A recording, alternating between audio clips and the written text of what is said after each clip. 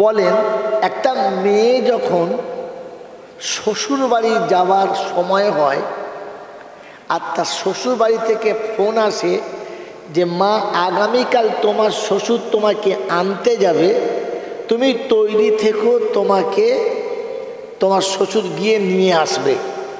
এই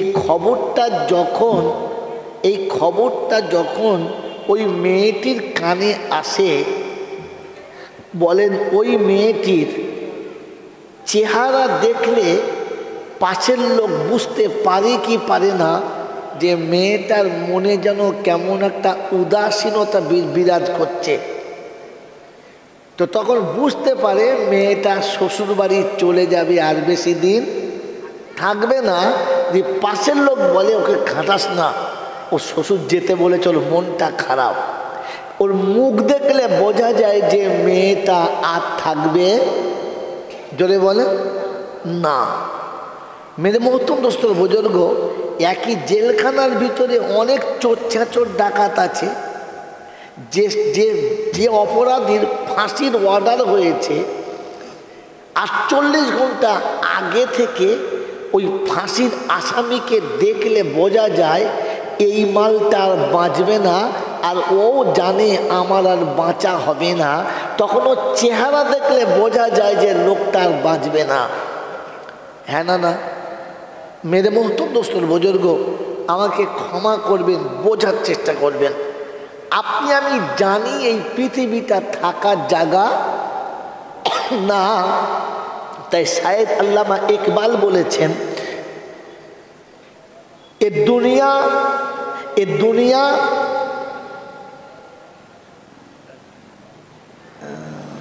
दुनिया जीने की जगह तो नहीं है, ये दुनिया जीने की जगह तो नहीं है, ये इबरत की जगह कोई फसाना नहीं है। ये दुनिया कारो থাকার জায়গা না, এখান থেকে নসিহত নিয়ে যেতে হয়, এটা কোনো গল্পের কথা নয়, ফাংশন না। আল্লামা তাহির সাহেব রহমতুল্লাহ আলাইহি প্রেমের পঞ্চঅধ্যায়ে লিখেছেন, তুমি আমি পৃথিবীতে রহিবে না ঠাঁই, শূন্যে শুধু বিরাজিবে নাই নাই নাই। ও ছিল নাই, সে ছিল নাই, আজ আছি কাল যদি বলে নাই। অতএব পৃথিবীটা থাকার জায়গা নয়। আল্লাহ পাক শোনাচ্ছেন, ইন্না ইলাইনা ইয়াবাহুম সুম্মা ইন্না আলাইনা হিসাবাহুম। আমার কাছে ফিরে আসতেই হবে, আর তোর জীবনের হিসাব তোকে দিতেই হবে। তার মানে ফিরে যেতে হবে, এটা থাকার জায়গা না। আর এখানে তোকে কেউ আটকাবে? তো শুনেছে ফাসুবহানাল্লাযী বিয়াদিহি মালাকুতু কুল্লি শাইইন ওয়া ইলাইহি তুরজাউন। তোকে যখন ফিরিয়ে নেবে তো পৃথিবীর কোনো ক্ষমতা তোকে ধরে রাখতে পারবে না। তাই শুনিয়ে দিচ্ছে, আইনামা তাকুনু ইউদরিকুমুল মাউতা ওয়ালাউ কুনতুম ফি বুরুজিম মুশাইয়্যিদা। তুমি যদি সব থেকে দুর্গম দুর্গের ভিতরে নিজেকে আত্মগোপন করো, যেখানে হাওয়া পার মারতে পারে না, ওখানে আজরাইল গিয়ে তোমাকে নিয়ে চলে আসবে, রাখা যাবে। এই এতগুলো ভাষায় আর এতগুলো মহাপুরুষের কথা আর কোরআনের কথা এক, যে পৃথিবীটা থাকার জায়গা। বলেন আমি আপনি বুঝেছি? হ্যাঁ না বলেন? আপনাকে আমাকে দেখে মনে হয় লোকটা থাকবে না? আপনার আমার চেহারা দেখে মনে হয় যে লোকটা, আপনার আমার বাড়িঘর দেখে, চালচলন দেখে, আচার ব্যবহার দেখে মনে হয় এই মালটা যাবে। 65 বছরের বুড়ো এমন গেড়ে বসে আছে, মনে হচ্ছে সারা কেয়ামত পর্যন্ত মরবে না। কি বল, চুলদারি পেকে তুবড়ে গেছে, এখনো বের করার শখ আছে। সবার জন্য নয়, কাছে কেউ কুটু আছে। আপনাকে আমাকে দেখে মনে হয় মালটা চলে যাবে, মনে হয়। তাহলে আমি আপনি ওই কথাটা বিশ্বাস করি।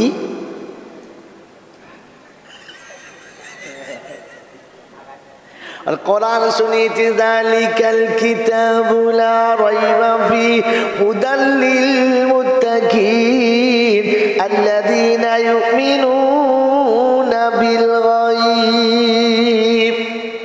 আমি যে কোরআন তোকে দিয়েছি এতটুকু সন্দেহ করবি না। কোরআনের উপরে যদি বিশ্বাস না থাকে, দাড়ি যত বড় থাক, জামা যত বড় থাক, দুনিয়ার জিনামে তোকে ডাকবে, ডেকে যাক, আমি কিন্তু ইমানদার বলে ডাকবো।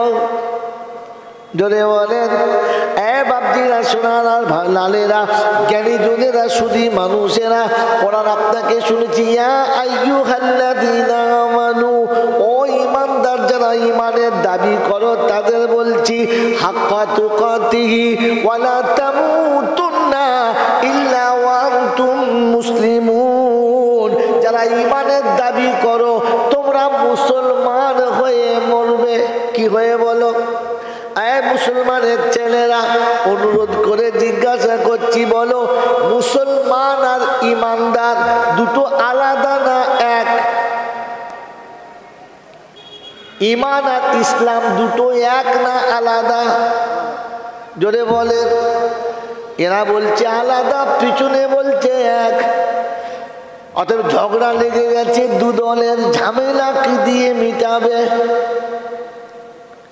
এরা বলছে আলাদা, ওরা বলছে এক, ঝামেলা কি দিয়ে মিটাবে? কোনো মৌলবি দেখে মিটিও না, কোনো পীর দেখে মিটাবে না, কোনো রকম কাউকে ডাকবে না, দলবল মুরিদ দেখে বিচার করো না। কোরআন শুনিয়ে দিচ্ছি ইয়া আইয়ুহাল্লাযীনা আমানু ইযা তানাযাতুম ফি শাইইন ফারুদ্দুহু ইলাল্লাহি ওয়ার রাসূল ইন কুনতুম তু'মিনুনা বিল্লাহি ওয়াল ইয়াউমিল আখির যালিকা খায়রু ওয়া আহসানু তা'ওয়িলা। কোরআন শরীফের পারা নাম্বার 5, সূরার নাম সূরা নিসা, আয়াত নাম্বার 29, 29 নম্বর আয়াতে ডান দিকের পৃষ্ঠার মিডল পয়েন্টের নিচেতে রব্বে জুল জালাল শোনাচ্ছেন, ও ইমানের দাবি করনেওয়ালারা, যখন দুটো জায়গাতে ঝামেলা লাগবে, কাউকে ডাকবে না, কারো সাপোর্ট দেবে না, কারোর বাপদাদার 14 গোষ্ঠীর দলিল দেবে না, সামনে কোরআন নামাবে, আমার নবীর সুন্নত নামাবে, অন্য কিছু নামাবে না। যদি সুন্নাতে পাওয়া যায় ঝামেলাতে যাবে না, কোরআনে পাওয়া গেলে কোনো কথা বলা যাবে না। কারণ বিশ্ব নবী জনাবে মুহাম্মদুর রাসূলুল্লাহ সাল্লাল্লাহু তাআলা আলাইহি ওয়াসাল্লাম শোনাচ্ছেন, তারাক্তু ফীহি আমরাইন কিতাবুল্লাহি ওয়া সুন্নতি লাউ তামাসসাকতুম বিহিমা লাম তাদিল্লু। আমি রাসূল চলে যাচ্ছি, যাবার সময় তোমাদের কাছে দুটো জিনিস রেখে যাচ্ছি, একটা আল্লাহর কালাম, একটা আমি নবী আমার সুন্নত রেখে গেলাম। এই দুটো তোমরা যদি ধরে নাও, কিয়ামত পর্যন্ত কোনোদিন তোমরা ঠকবে না, আর কোনোদিন তোমাদের কেউ ঠকাতে পারবে না। ঝামেলা কি দিয়ে মেটাতে হবে? কোরআন হাদিস দিয়ে। কথা বুঝে এসছে বাবাজি? তাই আমি এখানে যুক্তি খাটাচ্ছিলাম, তাই হয়। একদল বলেছে ইমান আলাদা, ইসলাম আলাদা, একদল বলে না ইমান ইসলাম দুটি এক। হ্যাঁ না বলেন? আচ্ছা, যারা বলেছেন আলাদা তারা বলেন কি দিয়ে বলেছেন? জাতি শুনুক। যারা বলেছেন এক তারা বলেন কি দিয়ে বলেছেন? তার মানে বক্তাকে ফাঁসি দিচ্ছে তুসালাম। কি দুজনাই বলেছে, কিন্তু দুজনের কাছে সেরকম জোরালো কোনো হাতিয়ার নাই। বলে দিচ্ছি, শুনে নেন। কারণ আমি যখন ফেঁসে গেছি, এখন আমাকে পিঠ বাঁচাতে হবে বলে যখন ফেলেছি। কি জি? ইমান আর ইসলাম এক নয়। ইমান হচ্ছে গোপন রাখার জিনিস, ইসলাম হলো ওপেন করার জিনিস। ইসলাম দেখানো যায়, ঈমান দেখানো যায়। এটা শিখে রেখে দেন। এই যে এত সুন্দর টুপি, এই যে এত সুন্দর জামা, হেঁসা পগড়ি, এইসা দাড়ি, যে দেখবে সেই বলবে পাক্কা মুসলমান, বলবে না? যদি বলেন, আর তাতে কোরআন শরীফ এত সুন্দর পড়ি, বলে সারা খাঁটি মুসলমান বে। হ্যাঁ না না, 30 বছর ইমামতি করে যাবার সময় বলে গেলাম আমি বামনদের ছেলে, মুসলমান নয়, নামাজ হবে? তাহলে ইমান ভেতরের ব্যাপার, ওটা দেখানো তো বড় জামা দেখানো যায়, বড় টুপি দেখানো যায়, মারাত্মক দাড়ি দেখানো যায়, ইমান দেখানোর মাল নয়। অতএব টুপি দাড়ি দেখে মরলেই যে শালা মুসলমান, ওটা বলা গেল, ওটা মুমিন বলা গেল? যদি বলেন না, এবারে মুমিন চিনব কি করে? ও মেশিন আলাদা আছে, একদিনের জলসা শিখে গেলে আমার ব্যবসা চলবে? তোমার আরেকটি তো আমাকে নিতে হবে নাকি? এ বাবা, যেটা আমার আল্লাহওয়ালা ভাইরা, ঠান্ডা মাথায় বুঝে নেন, বাড়ি চলে যান। বাবাজিরা, সোনারা, লালেরা, ইসলাম দেখানো যায়, কথা বুঝেছেন? বুঝেছেন? কিন্তু ইমান ভেতর থেকে বার করতে হয়। কথা বুঝে এসছে বাবাজি? এটা দুটো মোটামুটি বুঝে এসেছে যে ইসলাম দেখানো যায়। একজন মানুষের মাথায় টুপি নাও থাকতে পারে, মুখে দাড়ি নাও থাকতে পারে, সে হয়তো সুন্নতি পোশাক নাও পরতে পারে, কিন্তু ভেতরে যে ঈমান নাই এটা বলা যাবে। কারণ ঈমান ভেতরের ব্যাপার। ঈমান জোরে বলে ভিতরের ব্যাপার, ইসলাম উপরের ব্যাপার। আল্লাহ পাক শোনাচ্ছে, যারা ঈমানের দাবি করো তারা ইসলামটাকে প্রকাশ করো। কারণ ইসলাম দিয়ে ঈমানকে গার্ড করতে হয়। গার্ড থাকলে কেউ কিছু ধাক্কা দিলে গার্ডে আটকে নেবে, অরিজিনাল ইঞ্জিনে ধাক্কা লাগবে না। আর গার্ড না থাকলে বডি শুদ্ধ উড়ে যাবে, বাঁচানো যাবে। জোরে বলে, একজন পাক্কা ইমানদার, মাথায় টুপি নেই, মুখে দাড়ি নেই, কিন্তু সত্যি ইমানদার, অ্যাক্সিডেন্টলি কোথাও মরে গেলে একে প্যান্ট খুলে কুত্তার মতো দেখতে হবে পাইপ লাইনটা কাটা আছে কিনা। চলে বলেন তো, তারপরও জানাজা হবে কিনা মুশকিল আছে, গোসল হবে কিনা, হ্যাঁ না বলে? এই জন্য ইমানের গার্ড হিসাবে ইসলাম উপরে রাখা। এই জন্য আল্লাহ পাক ইয়া আইয়ুহাল্লাযীনা আমানুদখুলু, জোরে বলে, ওই ইমানের দাবি কান্নেওয়ালারা, তোমরা ইসলামের ভিতরে পরিপূর্ণ গার্ডের ভিতরে চলে এসো, ধাক্কা লাগলে ওখানে ঠেকিয়ে দেবে, তুমি বেঁচে যাবে। ইয়া আইয়ুহাল্লাযীনা আমানু হাক্কা তুকাতিহি ওয়ালা তামুতুন্না ইল্লা ওয়া আনতুম মুসলিমুন। যখন মরবি, মুসলমানের গার্ডটা যেন থাকে, ভেতরে ঈমান আছে, গার্ডটা রেখে যাবি, তাহলে সম্মান আর ইজ্জত পাবি। কথা বলতে থাকবেন ইনশাআল্লাহ। অতএব ঈমান ভিতরের ব্যাপার, ইসলাম যদি বলে বাহ্যিক ব্যাপার। ইসলাম দেখানো যায়, ঈমান দেখানো যায় না। অতএব ঈমান আর ইসলাম দুটো এক না। বাবাজিরা, আমার আল্লাহওয়ালা ভাইরা, জ্ঞানীজনরা, বুদ্ধিজীবীরা, এবার যেটা শোনাচ্ছিলাম যে আমি আপনি যে দুনিয়া ছেড়ে চলে যেতে হবে, এটা মুখে বলি কিন্তু বিশ্বাস করি। বিশ্বাস করি, জোরে বলে। এটা বিশ্বাস থাকলে জুম্মার দিনে আমার মুখে কোনো দিন ব্লেড চলতো না।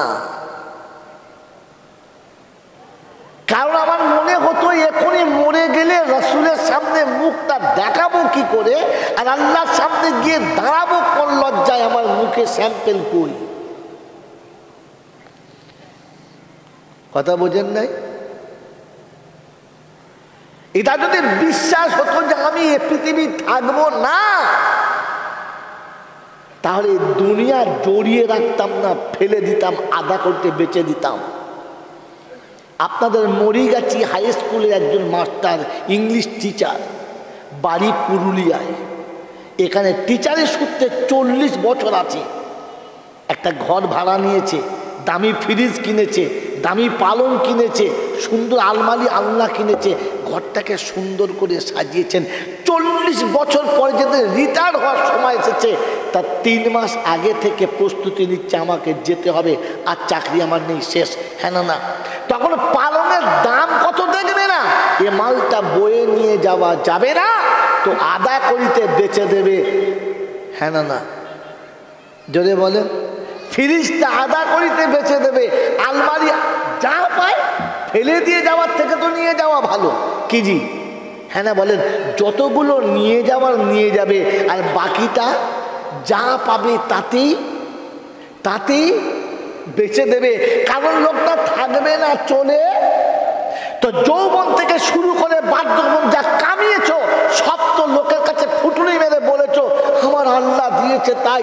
নিঃস্ব গরিবের ছেলে ভাই, 3 তলা বাড়ি আমার আল্লাহ দিয়েছে, এত কিছু করেছো। ওরে ছেচড়ের আওলাদ, তো মরার আগে আদা করে বেচে দিয়ে চলে যাওয়া দরকার ছিল। আদা করে বেচে দিয়ে চলে যাওয়া দরকার ছিল। যে আল্লাহ তোর দেওয়া জমি তোর মসজিদে থাক, তোর দেওয়া জমি তোর নবীর মাদ্রাসায় থাক, তোর দেওয়া জমি তোর গরিবের ইতিমের কাছে থাক, আমাকে তো নেকি দিয়ে যেতে হবে। যা চলে যা, যতটা পানি কুড়িয়ে নিয়ে যাই। একজন আছে এখানে খালি জল যা শোনে সুবহানাল্লাহ বলে। আপনার তো আদা করে বেচে দিয়ে যাওয়ার কথা ছিল। হ্যাঁ না বলে? বাস্তব তাই বলে তো বন্ধু। 65 বছর বয়সে কাঁধে কোদাল নিয়ে ভোরের বেলা মাঠে যাচ্ছে, কুয়াশায় মানুষ দেখা যায় না, বিড়ি খাচ্ছে আর যাচ্ছে। ও দাদা কোথায় যাচ্ছ? বলি না বাবা, সাবমার্শালে পানি দিচ্ছে, 5 বিঘে জমি আছে, তো রুইতে হবে, আল ছিটতে যাচ্ছে। তুই এই বয়সে তুমি লোক ধরো নাই? আর বাবা 300 টাকা লাগবে বলছে। বেঁচে যখন রয়েছি যাই, আলগুলো ছিটে দিই। এত টাকা কে খাবে কে? বলছে আমার 2টো ছেলে, ওদের ভবিষ্যৎ তো কিছু করতে হবে, শুধু খালি লোক ধরলে হবে। ছেলেদের ভবিষ্যতের জন্য আমি যাচ্ছি। বলেন তো ভবিষ্যতের মালিক কে? জোরে বলে ভবিষ্যতের মালিক কে? এটা কে? ফেরাউন রে, ফেরাউন। ভবিষ্যৎ, ওর ছেলের ভবিষ্যৎ ও লিখছে। কে লিখছে? এই জোরে বলেন কে লিখছে? ও নিজে ঠিক করছে আমার ছেলের ভবিষ্যৎ তৈরি করছি। ভবিষ্যতের মালিক যদি আল্লাহ ছিল, তো তোকে ওর ভবিষ্যৎ তৈরি করতে কে বললো? তুই তো খোদা সেজে বোঝাচ্ছিস ফেরাউনের ভাইরা ভাই, তোর নাম তো ফেরাউন হওয়া দরকার ছিল। এরকম ফেরাউন মরে যাবে, আর এরকম মৌলবীকে জানাজা পড়বে, তো ফেরেশতা বলছে দেখে পড়, কার জানাজা পড়ছি দেখ।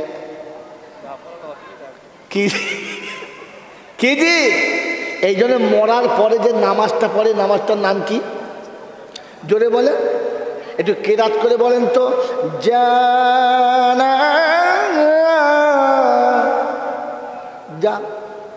তার মানে যাবি যা, না যাবি না যাবা, যাবার আগে 2 বার দেখে যা। ফেরাউনের জানাজা যাচ্ছিস না তো? মুনাফিকের জানাজা যাচ্ছিস না তো? এই মুশরিকের জানাজা যাচ্ছিস না তো? ফেরাউন দেশের লোককে বলতো, বুঝলি, ভাত মেরে দেবো, তো রুজি তুলে দেবো। আমরাও মাঝে মাঝে বাড়িতে বলি, আমি না থাকলে চিংড়ি মাছের মতো না খেতে পেয়ে মরে যাবি। বলে না, বলে না, এই বলে না, বলে না। হ্যাঁ, ছাড়, মানে তুমি তো সেকেন্ড ফেরাও না। রুজির মালিক তো আমার আল্লাহ, তুমি কে? তুমিও রুজি মারার কে? কথা বুঝে না মনে হচ্ছে, বুঝতে পারছি। এই জন্য জানাজা পড়তে যাওয়ার সময় খালি দেখে যাও কার জানাজায় যাচ্ছে। কি বুড়ো বয়সে ইঞ্জিন ভ্যান চালিয়ে সন্ধ্যেবেলা বাড়ি এসছে, দম ফেলতে পারে না, পাচ্ছে। ওদের বউ বলছে বাদ করা মরে যাবে, সরষের তেল নিয়ে আয়। সরষের তেল এনে বাটিতে করে ফুটিয়েছে, রসুন থেঁতে আদা থেঁতে দিয়েছে, দিয়ে তেল ফুটিয়ে বুকে মালিশ করছে আর বলছে, বলি তোমাকে অত খাটতে হবে না। তখন কাঁদছে আর বলছে, কি করব তোর জন্যে। বলে কেন? বলে দুটো বাঁদর জন্ম দিয়েছিস, সে তো বে করে বউ নিয়ে ডালে উঠে পড়েছে, আমি মরে গেলে তুই খাবি কোথায়? তোর ভবিষ্যতের জন্য তো আমি খাচ্ছি, কাল ভবিষ্যতের জন্য। এই কাল ভবিষ্যতের জন্য বইয়ের ভবিষ্যতের মালিক কে? এ শালাকে, শালা পাকা ফেরাও। ওই একবার হুঁশ নাই যে আমি যে শব্দটা বলছি এতে ঈমান থাকবে কিনা। আর আমি কলমা পড়েছি, আমানতু বিল্লাহি ওয়া মালাইকাতিহি ওয়া কুতুবিহি ওয়া রুসুলি ওয়াল ইয়াউমিল আখির ওয়াল কদরি খাইরিহি ওয়া শাররিহি মিনাল্লাহি তাআলা। ভালো কিংবা মন্দ দুটোর মালিক হলো আল্লাহ, সুখ কিংবা দুঃখের মালিক হলো আল্লাহ, শান্তি অশান্তির মালিক আল্লাহ। আমি মাঝখানে রাখবার হিসেবে গার্ড করে চলেছি, আমি মাঝখানে শুধু বেটে চলেছি। আল্লাহ নবী বলতেন, আল্লাহু ইউতিয়ানা কাসিম, আমি বেটে দিচ্ছি, দেবার মালিক হলো আল্লাহ। ওই মুসলমানের ছেলে প্রত্যেক পার্টির নেতাকে তার ফলোয়াররা ফলো করে চলে। বিশ্বনবী পৃথিবী ছেড়ে চলেছেন 9টা ফ্যামিলিতে। সকালবেলাতে দুনিয়ার জমিনে আলো দেখেছে, সন্ধ্যায় ইফতারির কোনো খাবার ছিল না, 9টা ঘর খালি করে চলে গেছে। সন্ধ্যায় বাচ্চারা কি খাবে? এতটুকু সম্পদ রেখে গেলেন না, আর বলে গেলেন, উম্মত রে আমি নবী বলে যাচ্ছি, সুন্নত মনে রাখিস, সুন্নত জন্য ভুলিস না। আমি তো এখনো ঠিক করে রেখে দিয়েছি, মেয়ের দুটো ছেলে, নাতি দুটোর ভবিষ্যৎ করছে। তুই নাতির ভবিষ্যৎ কি করছিস? এসেছি তো ন্যাংট হয়ে, এসেছি তো ভিখারি হয়ে, ছিল না তোর কাছে 1 টাকা,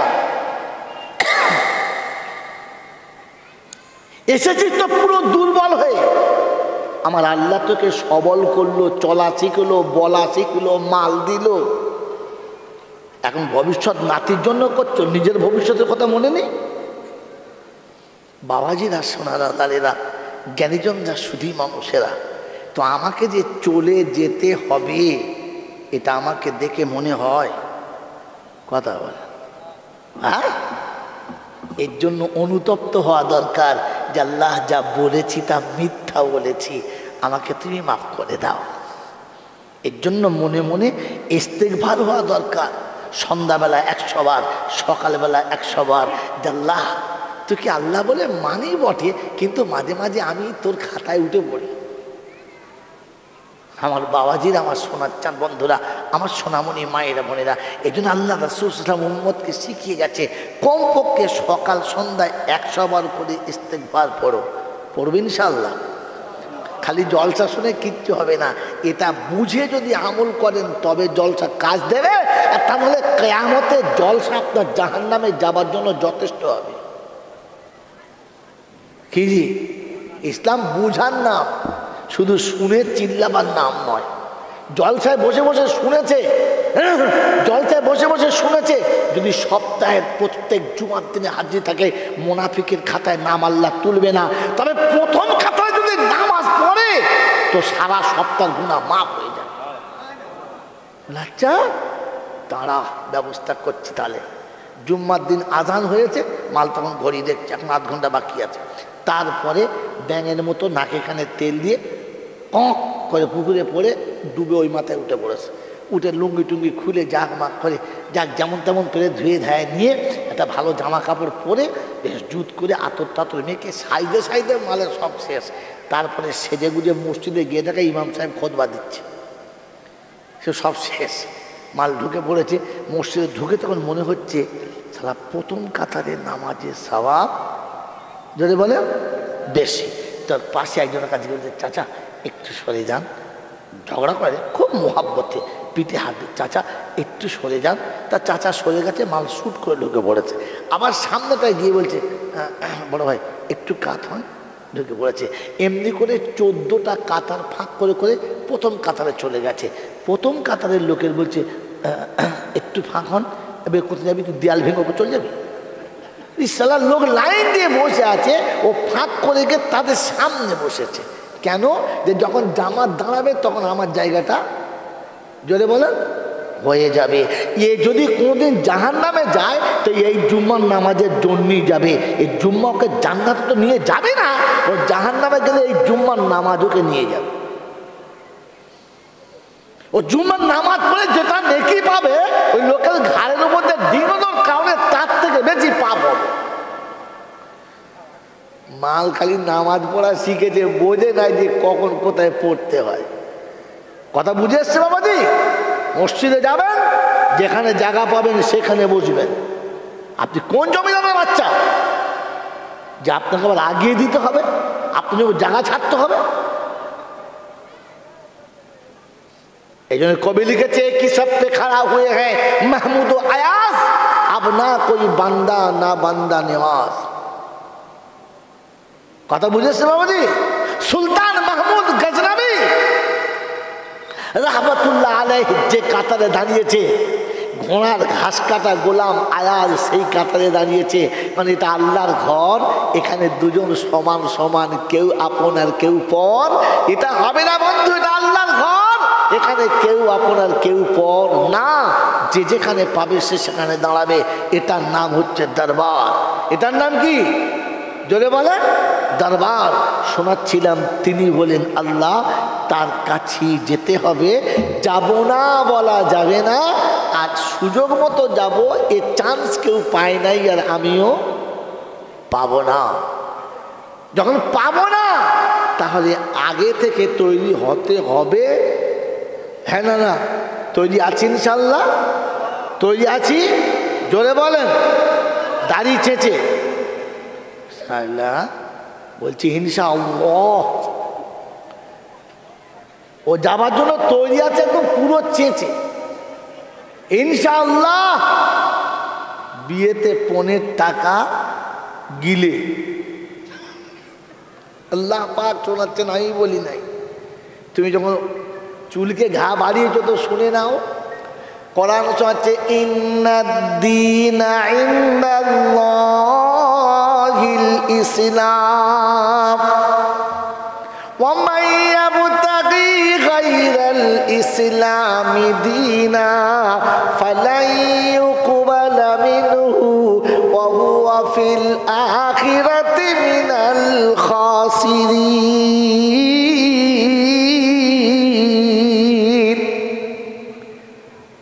তৃতীয় পারা শেষ পৃষ্ঠারে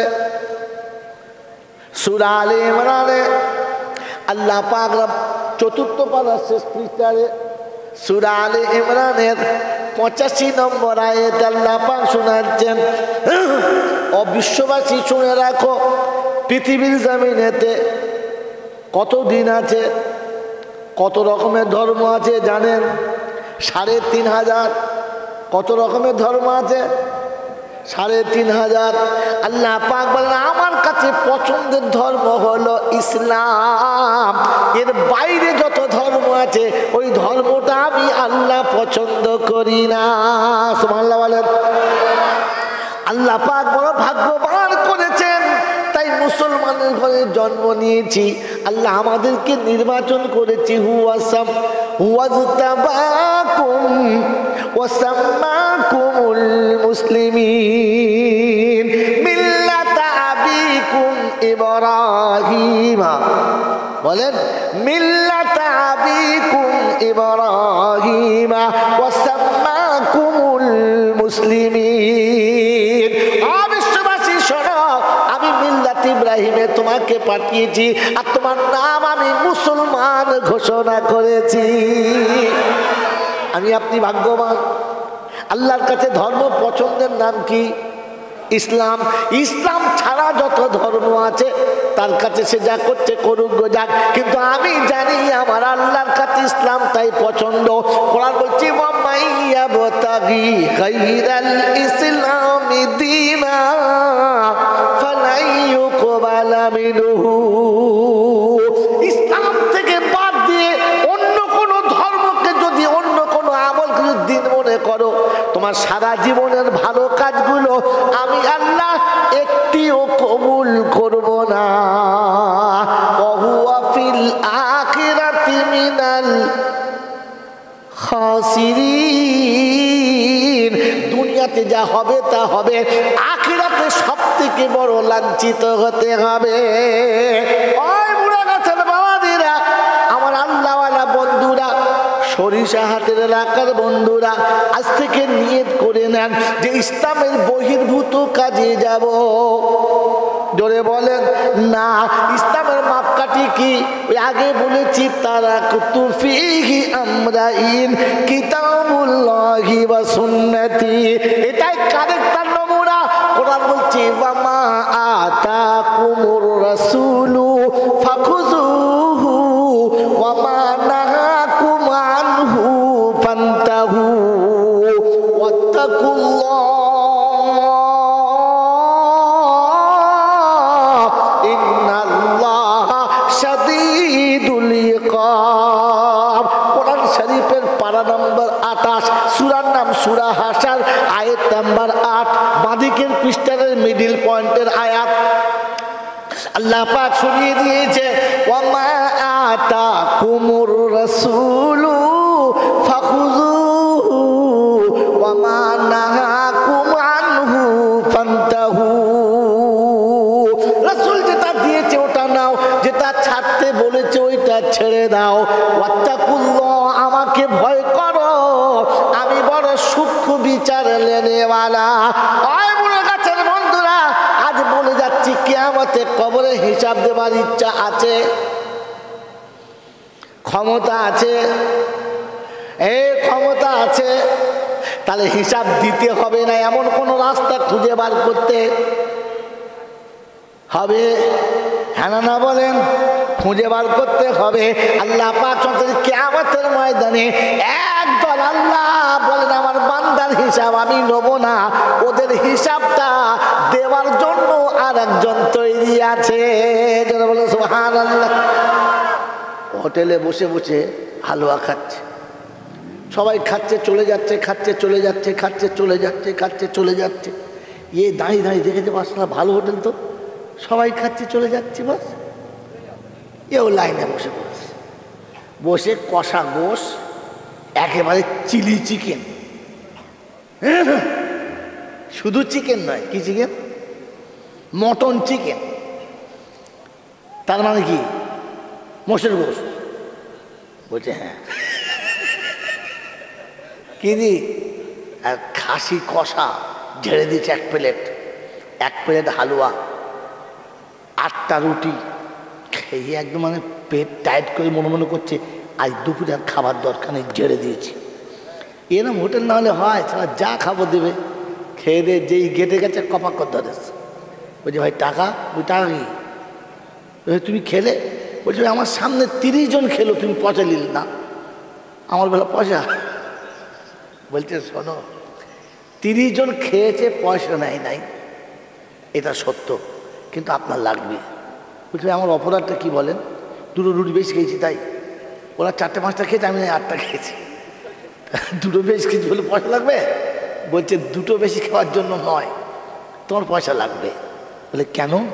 বলে ওর ম্যানেজারের সঙ্গে আমাদের কথা হয়ে আছে, ওর যতগুলো কর্মচারী খাবে চলে যাবে, পয়সা ম্যানেজার দেবে। তোমার ম্যানেজার কে?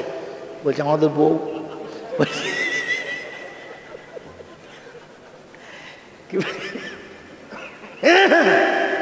দোকানদার বলছে তোমাদের বউকে আমি চিনি, টাকা দে শালা। টাকা কি বলেন ঠিক? ওই ম্যানেজারের নাম বললে দোকানদার ছাড়বে? জোরে বলে। কিন্তু ওদের ছেড়েছে কেন? ওদের ম্যানেজার আছে। হ্যাঁ না বলে? কেন? ম্যানেজার লিখিয়ে দিয়ে গেছে এগুলো সব আমার কর্মী, আর আমার কর্মীকে চিহ্ন কি? জামা এরকম হবে, তাদের মাথায় এরকম ক্যাপ থাকবে, তাদের পায়ের বুটগুলো এরকম থাকবে। ও যখন ঢুকেছে সিসি ক্যামেরা দেখে নিয়েছে, যখন বার যখন দেখে নিয়েছে ইউনিফর্মে মিল আছে, মানে ওই কোম্পানির মাল, অতএব খালে ফ্রি ম্যানেজার বলে গেছে। হ্যাঁ না বলেন? আল্লাহ পাক শোনাচ্ছে হাসরের ময়দানে যখন হিসাবের খাতা চালু হবে, তো আল্লাহ পাক শোনাবে আমার রাসূলের যতগুলো উম্মত আছে ওদের ছেড়ে দিবি, ওদের হিসাব আমি নেব, তোদের নিতে হবে। জোরে বলেন না। বলে ওদের নমুনা, বলে মাথায় টুপি থাকবে, মুখে সুন্নতি দাড়ি থাকবে, পরনে সুন্নতি জামা থাকবে, আর ওরা প্রথম এসে সালাম দেবে। তাহলে বুঝবি এটা হচ্ছে ওই কোম্পানির মাল। সালাম দিলি ইশারা করবি। এখন কেউ যদি 2 নম্বরই করে সালাম দেয়, চিনবি কি করে? যখন সালাম দেবে তখন উপর থেকে নিচে তাকিয়ে দেখবি শূন্যতে মিল খাবে না, তখন টুটি ধরে দাঁড় করাবি, শালাকে পাস করবি। তো আপনাকে আমাকে পাস হওয়ার রাস্তা আছে। এরকম দলিল, মাই চ্যালেঞ্জ। আমি দলিল ছাড়া গল্প বলি না, আর স্যাম্পেল না দেখিয়ে মাল বিক্রি। বাবাজিরা, সোনারা, লালেরা, জ্ঞানীজনরা, সুধী মানুষেরা, এজন্য শুনিয়ে দিচ্ছি, শুনে নেন, কথা বোঝার চেষ্টা করেন। বুঝলে ভুলে যাওয়া সম্ভব না, আমল করা অসম্ভব না। বুঝলে আমল করা সম্ভব, ভুলে যাওয়া অসম্ভব। যে কথাগুলো এখনকার আলেম ওলামারা, মৌলভী মৌলানারা বলছে, এই কথাগুলোই নবী উম্মতের কাছে বলতেন। এই না অন্য কিছু? কি এইগুলো না অন্য কিছু? এইগুলো। কিন্তু নবীর কাছে সাহাবারা কথা শুনে বুঝেছেন, তাই বাসর রাতে বিবি রেখে আস্তে আস্তে যুদ্ধে চলে গেছেন, আর হাসতে হাসতে জান দিয়েছেন। বাসর ঘরের বিবি বলেছে, স্বামী মুখটা দেখিয়ে যাও। বললেন, না, হবে না, কারণ তোমার হাতের এখনো মেহেদির কালার চটে নাই, এখনো গায়ে বাসরাতের গন্ধ যায় নাই, তোমার ভালোবাসায় পড়ে গেলে যেতে পারবো না, তাই আড়ালে থাকো, আমি চলে যাচ্ছি। ওরা বাসরাতের বিবি রেখে যুদ্ধে যাওয়া সহজ হয়ে গেছে, আর আমি বুঝি নাই বলে এই বুড়ো বয়সে বউ জড়িয়ে পড়ে আছে, ফজরে যাওয়া মুশকিল হয়ে গেছে। না, আপনার জন্য বলি, দেয় অন্য বলতে বলতে কি রে, 80 বছরের বুড়ো বউ জড়িয়ে শুয়ে আছে। হ্যাঁ, যাই না, ঠান্ডা যেতে পারি নাই বাবা। তার মানে এর এখনো পর্যন্ত ফজরের নামাজ বুঝে আসে নাই। ওলামারা যা বলেছে বুঝে আসে নাই। ওই কেমন করে ঘুমাও তুমি ফজর করে কাজা,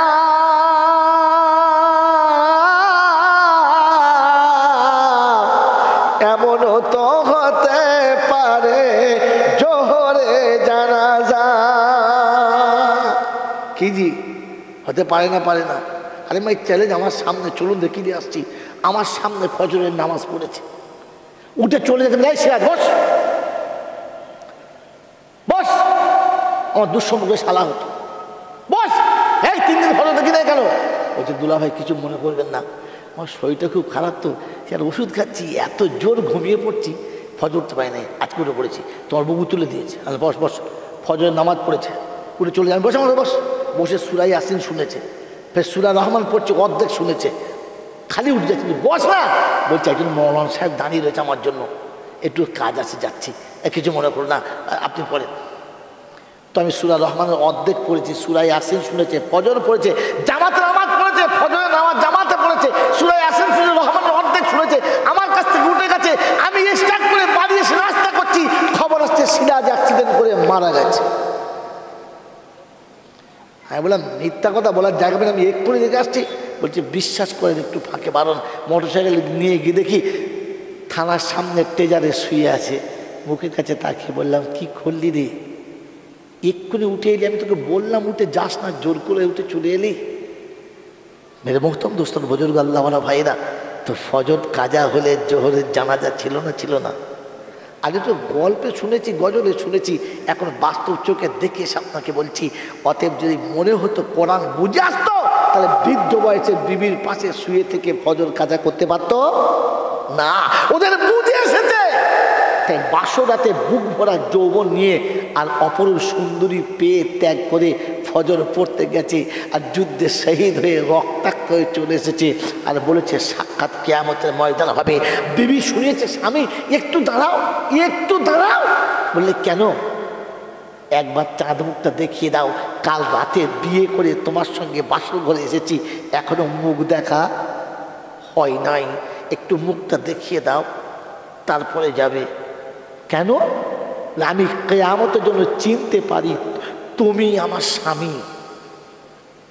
তো সাহাবী শোনাচ্ছে, বিবি আমার উপরে এতটা ভালোবাসো, এক রাতের ভালোবাসায়? বললে হ্যাঁ। তাহলে শোনো, আমি হাসরের ময়দান যখন পাশ হয়ে চলে যাব, তুমি দেখে চিনতে পারবে না, আমি চিনতে পারবো না। তো যে রবের জন্য জান দিতে চলেছি, ওই রব সেদিন হাতটা ধরে নিয়ে বলবে, চলে যাচ্ছিস আব্দুল্লাহ বিন রাওয়াহা, তোর বিবি দাঁড়িয়ে আছে, সেদিন তোর হাতটা আমার হাতে আমার রব ধরিয়ে দেবে, এই ভরসা দিয়ে চললাম। চল। যেমনি যুদ্ধের ময়দানে চলেছে, যেমনি যুদ্ধের ময়দানে চলেছে, পিছনে জামাটা ধরে বলেছে, স্বামী দেহ ঘুরাতে হবে না, শুধু চেহারাটা ফিরিয়ে দেন, আপনি চলে যান। আব্দুল্লাহ বিন রাওয়াহা তরবারির তীক্ষ্ণ ধারালো নখ দিয়ে পিছনে জামাটা কেটেছে, মুখ ওদিকে রেখে ছুটছেন, বলে বলে যাচ্ছে, ও বিবি, হাতে জামাটা রেখে দিবি, আসলে আমি যখন আসবো আমার পিছনের জামাটা কাটা থেকে গেলে চিনবি ওটা আমার স্বামী। তোর হাতে টুকরো কাপড় দেখে বুঝবো আমি তোর স্বামী, অসুবিধা হবে না, পরিচয় দিয়ে গেলাম। মেরে মোহতরম দোস্তর বুজুর্গ, কারণ কোরআন তারা বুঝেছে, কোরআন তারা বুঝেছিল।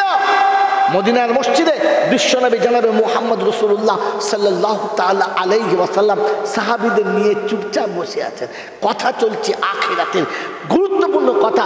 এক যুবক সাহাবী এসে চুপ করে বসে গেলেন। মজলিস যখন শেষ হলো, আল্লাহ নবী কি খবর?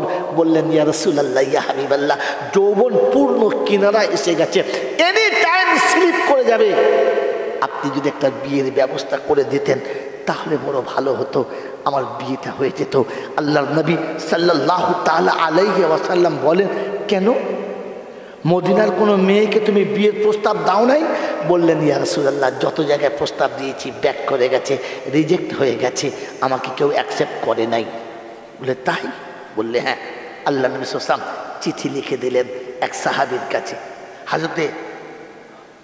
হযরতে উসমান ইবনে মাজুমের কাছে চিঠি লিখে দিলেন, যাও চিঠি নিয়ে যাও। কি লেখা আছে জানে না, চিঠি নিয়ে চলে গেলেন, দরজার কাছে গিয়ে দাঁড়ালেন আর বললেন, আসসালামু আলাইকুম ইয়া সাহিবাল বাইত,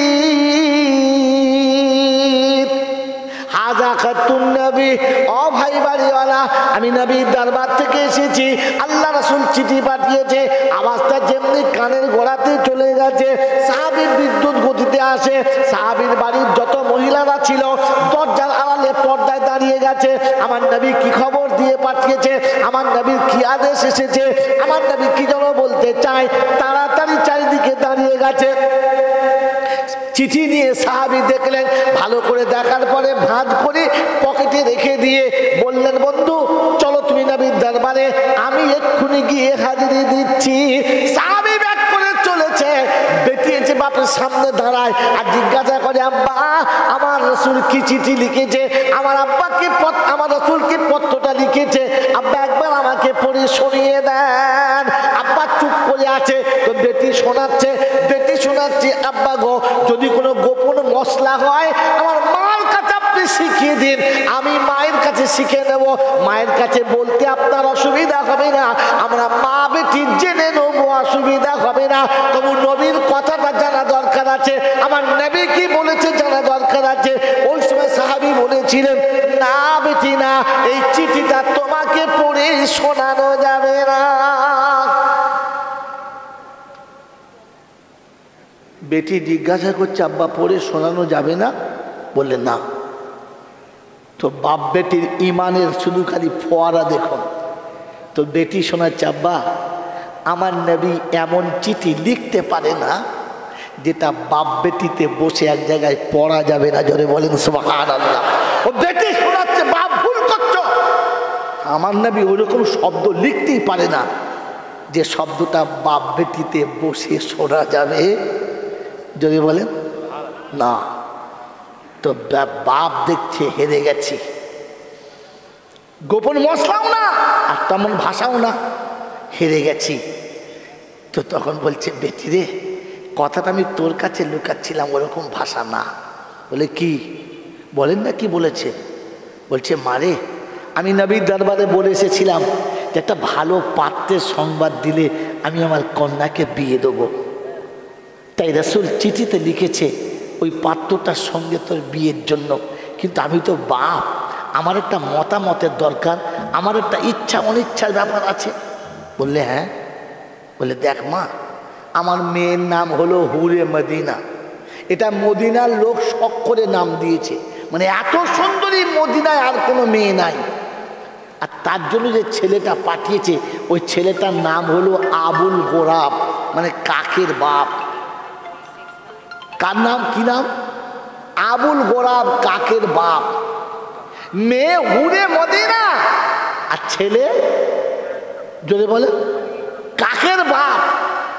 আকাশে চাঁদ আর পুকুরের পাক ওই হয়। আমি বাপ হয়ে এই সিঁদুরে আমটা দাঁড় কাকের গালে দিতে পারি না।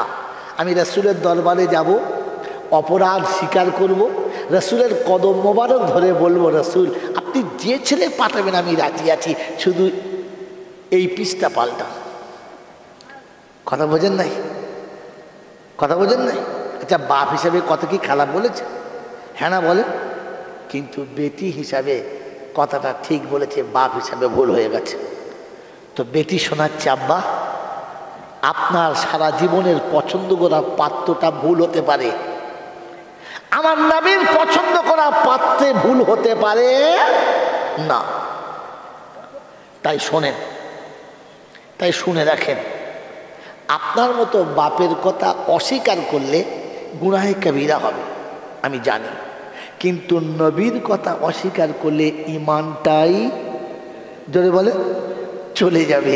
তাই আপনি যদি ওই পাত্রকে না ডাকেন, আমি কিন্তু আপনার হুকুমের অবমাননা করে দূর থেকে ডাকতে বাধ্য হব যে বন্ধু তুমি ফিরে এসো, বাপ রাজি না থাকলে আমি রাজি আছি। এ হলো বাপ কা বেটি, এ হলো নবীর উম্মত, এ হলো কোরআন বুঝনে वाला, ईमान বুঝনে वाला, ইসলাম বুঝনে वाला। সাহাবী বাধ্য হয়ে আওয়াজ দিলেন, বন্ধু ফিরে এসো। আমার প্রথম ফয়সালাটা ভুল ছিল, নবীর দরবারে তোমাকে যেতে হবে না, রাসূলের দরবারে তোমাকে যেতে হবে না, তুমি ফিরে এসো। আমি কন্যার পিতা হয়ে কথা দিলাম, তুমি কন্যার বিয়ের ব্যবস্থা করো, তুমি আমার মেয়ের জন্য সব রকমের ব্যবস্থা করো, আমি বিয়ে দিতে রাজি আছি। ও মুসলমানের ছেলে, আজকে শুনিয়ে দিচ্ছি মন খুলে, ওয়ামাইয়াবতাগি গায়রাল ইসলামি দীনা ফালাই ইউকবালা মিনহু। এই পৃথিবীর সব থেকে দামি বর, ওই বরের নাম কি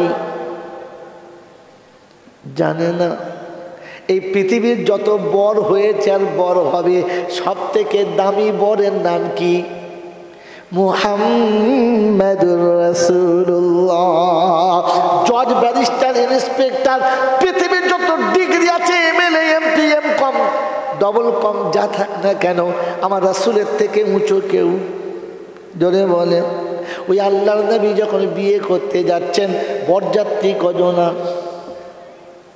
আমার নবীর বুঝি বংশ বেড়াত ছিল না? আমার নবীর বাপের চাচারা ক ভাই? এই আমার নবীর বাপ চাচারা কয় ভাই? কয় ভাই? 11 ভাই। কয় ভাই? বংশ নাই, আত্মীয় নাই, কথা বলে না, আছে না নাই? কিন্তু বিয়ের সময় বরযাত্রী কজনা জানেন না? চাচা আবু তালেব সাথে, আবু বকর সাথে। মুসলমান আজকের বিলিয়ে নাও, আমার নবী চলেছে বিয়ে করতে, মাত্র 4 জন সাথে করে নবী বিয়ে করতে চলেছেন। আয় মুসলমানের ছেলে, কিন্তু নবীর সুন্নত হলো বিয়ের পরে ওলিমা খাওয়ানো। তাই আল্লাহ নবী ওলিমার জন্য তৈরি হলেন। গোটা মক্কায় যত ধনী আছে, আত্মীয় আছে, বন্ধু আছে, বান্ধবী আছে, যত রকমের আপনজন আছে, সবাইকে বললেন, বিবিকে খাদিজাকে বললেন, খাদিজা ওলিমা খাওয়াবার মতো কোনো ব্যবস্থা নেই। আম্মাজান খাদিজা বলেছিলেন ওলিমাটা দুজনে ভাগ করে নেই। বললে কিরকম? বলে দাওয়াত দেওয়ার দায়িত্বটা তোমার, আর রান্না বান্নার ব্যবস্থাটা আমার। সুবহানাল্লাহ।